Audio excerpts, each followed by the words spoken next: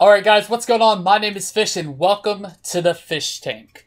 Now this is going to be a weekly episodic series where I just take a look at some wrestling events and we just have fun breaking them down. And today, I want to start off with what I thought about the United Kingdom Championship Tournament on the WWE Network.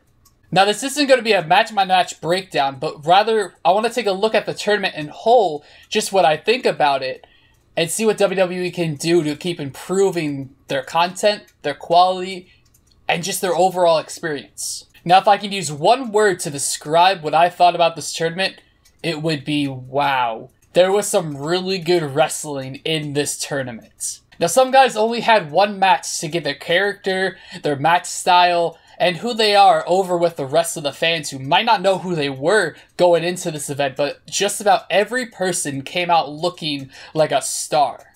Whether it be the winner, Tyler Bate, who looked like the greatest person coming out of the UK tournament, winning the championship at only 19 years old in such an improbable way, overcoming the attack by another breakout star, Pete Dunne. Now to me, Pete Dunne was the person that came out looking the strongest out of this entire tournament. He was put over as the British wrestler in this tournament, and I wouldn't be surprised if we see him in WWE or in some fashion really soon.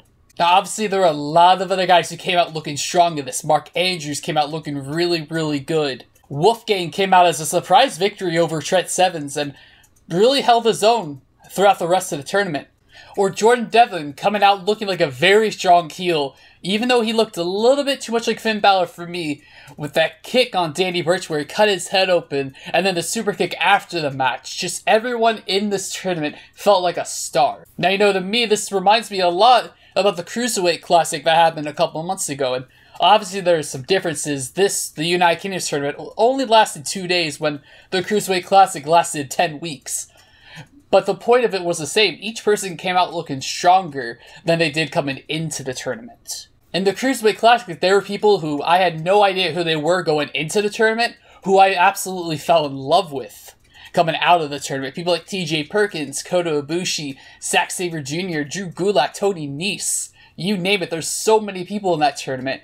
And the United Kingdom tournament did the exact same thing. I'm a huge fan now of Trent Seven, of Tyler Bate, of Pete Dunne. All those guys came out looking much better than they did coming into the tournament. Now, for me personally, I would love to see WWE come up with that weekly show on the WWE Network that showcased British wrestling like they were talking about. But a lot of people have some concerns about it, which I understand. You know, they're saying, will this kill the independent scene? Will this, take the place of other British wrestling federations in the UK? And overall, the question that everyone has is something like this bad for the other independent companies in wrestling?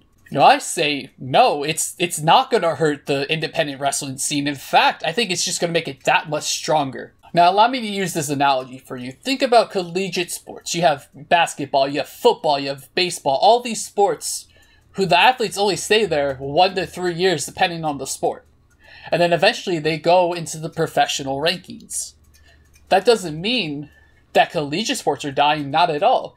Now the colleges, the coaches of each sport, have to work that much harder to find and make new talent. And then they'll eventually go to professional, and the cycle just continues to repeat itself over and over and over. Now in the same way, I think the WWE doing stuff like this is very similar to that. Think of WWE as the professional level, the big leagues. I know a lot of people won't think that, but just hear me out for this scenario.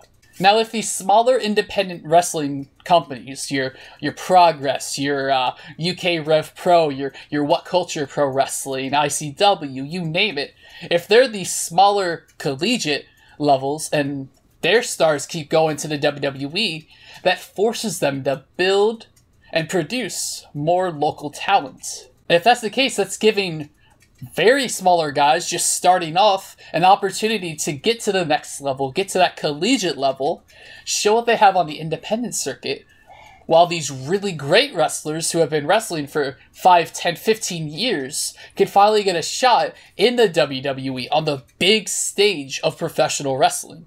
So in turn, I really think this kind of concept of getting the best wrestlers from either around the world or in a certain geographical location for a tournament under a WWE banner is really best for everyone. Now, I think the best recent example of a smaller company creating a star when their biggest stars left for WWE is with New Japan and what they did with Kenny Omega. Now, around this time last year, AJ Styles, Shinsuke Nakamura, Luke Gallows, and Carl Anderson all went to the WWE around the same time, so now New Japan was scrambling to find the next top star.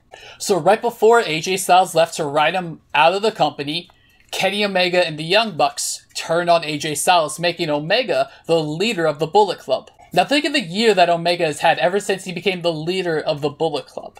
He went from a junior heavyweight to a heavyweight, became the first Gaijin foreign wrestler to win the G1 Climax, and he became one of the only foreign wrestlers to headline the Tokyo Dome for the IWGP Heavyweight Championship.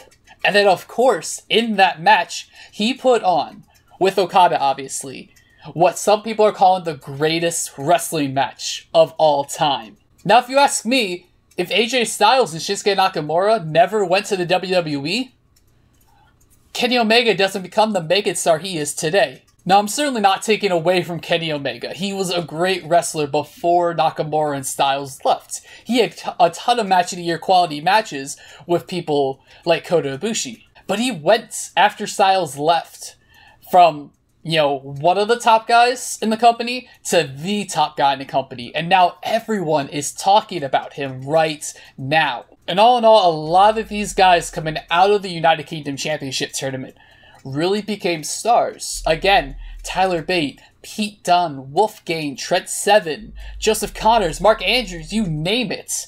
They all came out looking a lot better. And if WWE decides to continue this by doing a weekly British wrestling show like they said they wanted to, I say that's going to be awesome. Now, obviously, they would want to book it a lot better than they have with the Cruiserweights coming out of the Cruiserweight Classic, but I think if this stays a WWE Network exclusive, and Triple H is the one behind this instead of Vince McMahon, there's a lot of potential in what they do with British wrestling. And in short, the smaller companies like your ICWs and Progress, now they need to step up their game a little bit in order to book, to produce bigger and better stars. And if there's one thing wrestling fans have been really hoping WWE had, was some competition. And if the smaller independent companies are producing really great wrestlers, WWE now has to have even better wrestlers, and the cycle continues.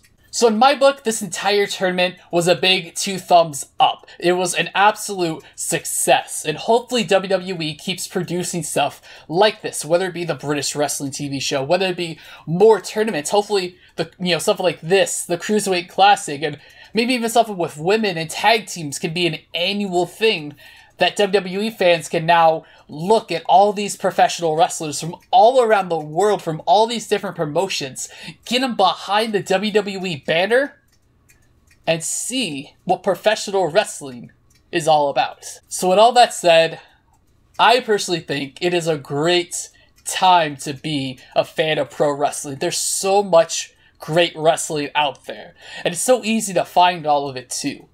And WWE is taking notice of that. Now they're getting some of the best wrestlers from around the world, which is something I wanted to see for a long time. And hopefully this moves them away from the silly booking from sports entertainment, quote unquote, to more of a professional wrestling style, which is what I think WWE fans have been asking for a very long time. So the UK tournament might be the catalyst for the future of not just the WWE, but of professional wrestling as a whole.